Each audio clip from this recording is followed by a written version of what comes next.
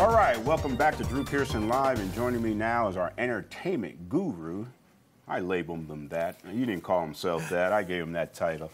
But he is an entertainment guru because he's all over the country getting great interviews. And we said he's going to talk about that movie, Taken 3. But before we get into that, you're also involved in talking about a movie, Sniper. American Sniper, American Sniper. Man, this is getting a lot of publicity, promotion around the country. Tell us about that movie, Paul. Absolutely. It's a huge movie right now. It's, in fact, the #1 movie in the country. Wow. In fact, it broke the January record of 89 million over the weekend. Wow. And it's the story of Chris Kyle, who unfortunately has passed away, and he's played by Bradley Cooper, who's arguably the #1 star in America right now. Right. So he came to town very quickly at Cinemark Plano, zoomed in and out, talked to a couple people, shook some hands, took some photos, and he was out the door because he's on Broadway right now for The Elephant Man. Wow.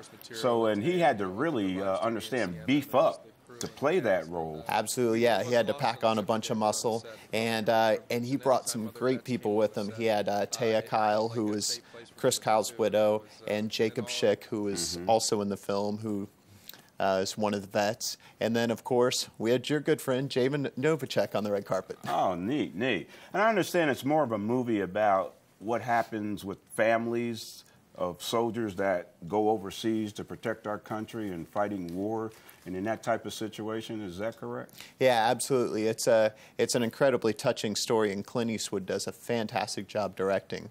And, of course, Bradley Cooper did so well with this one. He got an Academy Award nomination. But, yeah, it's a intense, true story, and I'd recommend you go and see it. Yeah, I will. I haven't been to the movies since Jerry Maguire, but I think I'll attend this one. But, you know, we could talk about that great movie forever, but we introed you with interviews you did for the movie Taken 3. Tell us about that. That's right. Well, you know, it's one more installment, supposedly the final installment, which we'll find out in this next clip. However, Liam Neeson and Forrest Whittaker together are just two fantastic actors. And I got to go to New York City to interview them. And so I sat down with them. And I tell you what, if you go to New York anytime soon, you got to stay at this hotel I stayed at. It's called the Iroquois Hotel. Okay. James Dean lived there for a few years in the 1950s. Really, really cool place. And of course, you're 2 streets away from Times Square, so you could go and see Taken 3, which is the #1 movie internationally right now. And we also got to talk to the beautiful Famke Johnson and Maggie Grace. So what do we got? We got some interviews with them? Absolutely. So we're gonna check in with the cast, and we're gonna see if this is really the last installment. All right, let's check it out. 21, he joins the Army. At 23, he joins the Special Forces. He's a trained sniper. Well, congratulations on this one. This was so much fun to watch. So many things blowing up, so much going on. It had to be a lot of fun to make, right? You have to keep a lightness of touch. I mean, I put that down to Olivier Megaton, our director, who directed the second one too. He's such an accomplished director on so many levels. He thinks through a camera. Do you know what I mean? He's and because a genre like this, you can get very easily bogged down in the seriousness of it and the intensity of it. But it's important to keep a lightness of touch, you know. And I keep seeing on the poster, it ends here. So is this the last one, or could there be more? It's funny, everyone asks that. I feel it's the end. I think the writer, and Luc Besson, our producer, co-writer, thinks it's the end too. But listen, if audiences want to see more of these characters, especially Forrest, which I think could be very, very interestingly developed, you know, for a fourth one. Well, if something happens again to your daughter, does it go down to bad parenting or definitely. bad career? No, that's over. Yeah. The grandchild. Yeah.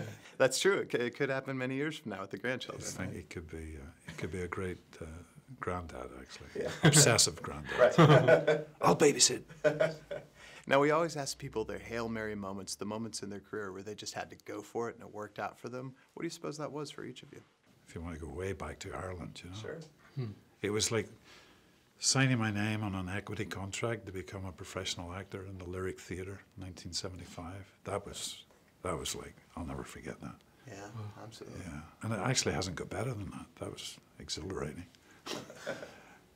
Not bad for you. I think, you know, I was cast as Bird when Clint Eastwood like trusted me with that part. Yeah.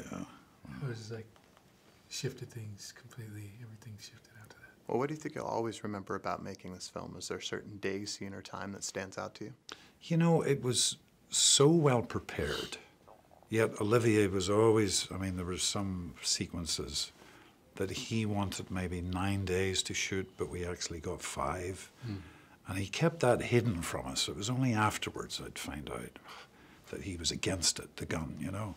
But he was always, kept it always safe and this lightness of touch. And it was only afterwards I could see the stress he was under, you know. He's a very That physical I take director, away. too. Yeah, he's a terrific director. He's like so good with the technical sides of it. He operates all the time too. And it's like a lot of different things that he brought to the Yeah. And it's great to have the director there. I mean, so many times in these films, the directors went video village, you know. But because Olivier is operating, he's there with his actors all the time, which is very reassuring. I don't think he ever doesn't have the camera on. No, I know. He's always got the camera on his shoulder. Yeah. This is gonna end bad for you. Don't be such a pessimist. Is this really the end? Does it end here? Do you not believe us when we write in large red letters? Nobody believes anything anymore. That's true. How terrible. Everybody's so skeptical. Have we I broken think it ends trust here. with you, Paul? Now, we always ask people their Hail Mary moments, the moment in their career where they just had to go for it and it works out for them. What do you suppose that was for each of you? Mine was the Bond movie in GoldenEye playing Xenia Onatopp. It was just one of those moments where it was very much at the beginning of my career. I had no idea if I could pull this off. You know, this Russian assassin, whatever. Of course, all the stigmas that came with being a Bond girl and all of the things that I knew I would have to deal with after the fact. But it was such a once-in-a-lifetime opportunity. I just went for it. Yeah, that's great. That's great.